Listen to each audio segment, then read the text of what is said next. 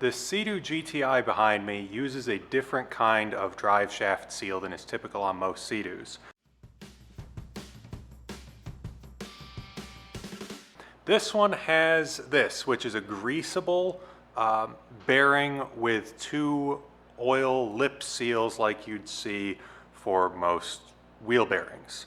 Now, the issue with these is that if that bearing fails, like this one has, it rips the plastic through hull fitting right out of the hull, which is exactly what's happened here. And so what we're going to be doing today in this video is replacing that plastic through hull seal with this aftermarket aluminum through hull fitting, and then installing bellows and carbon seal to get this machine back on the water despite that failure and that through hull being torn completely out of the hull. So let's show you what we need to do inside the hull and get this thing back out on the water.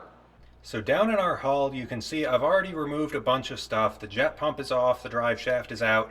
If you need to know how to do that, there's a video linked on screen now that will help you get your jet pump removed. And what you see right here in the center of the screen is where there used to be a fitting that the drive shaft seal would clamp onto, and it's gone. So there's little remnants here kind of hanging loose, and what I'm going to do is cut these off, get this nice and smooth, sand this in here a little bit, and then glue our new through hull into here. I have a rag and some acetone here, so I'm going to put some acetone on the rag and wipe out that through hull that's already in here so that we've cleaned off any sanding debris and bits of stuff that came off as I sanded that. Now we're going to let that flash off for a minute so that we can get our new glue on there. Now we want to use some sort of an epoxy. JB Weld is a great option.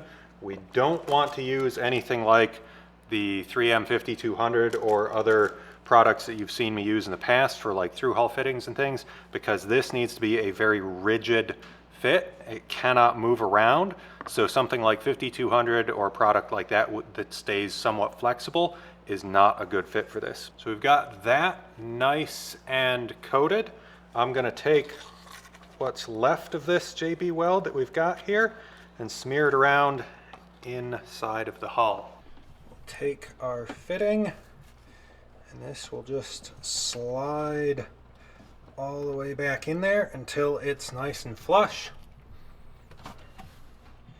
And now we're going to let that set up for about 4 to 6 hours, and then we can reinstall the rest of the stuff, and this thing will be ready to go back on the water tomorrow.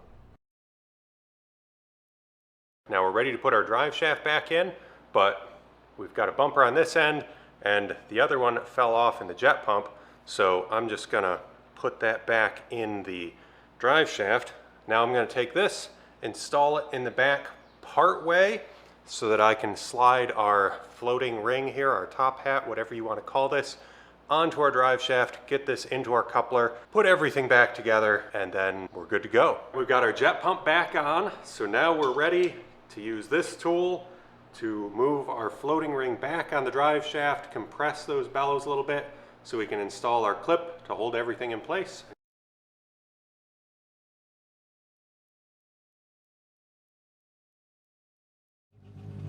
This thing is running great. Our hull is staying dry. That's all there is to it. Thanks for watching.